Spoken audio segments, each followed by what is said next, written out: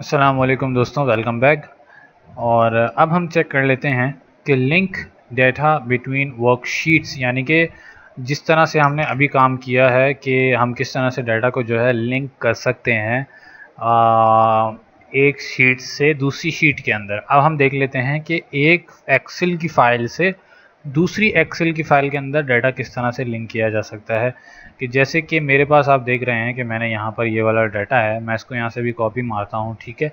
एक नई शीट बनाता हूँ एक्सेल की और मैं यहाँ पर कर देता हूँ इसको पेस्ट, ठीक है। अब आपके पास क्या चीज़ है, अब आप देखेंगे कि आपके पास जो वहाँ डाटा है, यहाँ मैं 4 कर देता हूँ, फ़र्ज़ करें मैंने 4 कर दिया, तो क्या वहाँ चेंज हुआ होगा?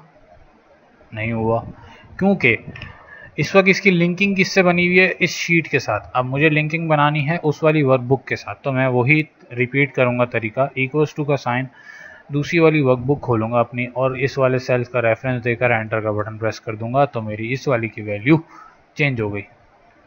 कॉपी मारें, पेस्ट कर दें और आपकी सारी की सारी वैल्यूज़ पेस्ट हो गई।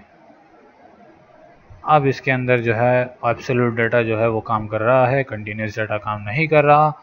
तो ये इसको भी बताने का सिर्फ ये था कि आपको पता लग जाए कि वर्कबुक्स के अंदर भी जो है वो डाटा को जो है एज अ लिंकिंग हम इस्तेमाल कर सकते हैं, not just in a separate sheet.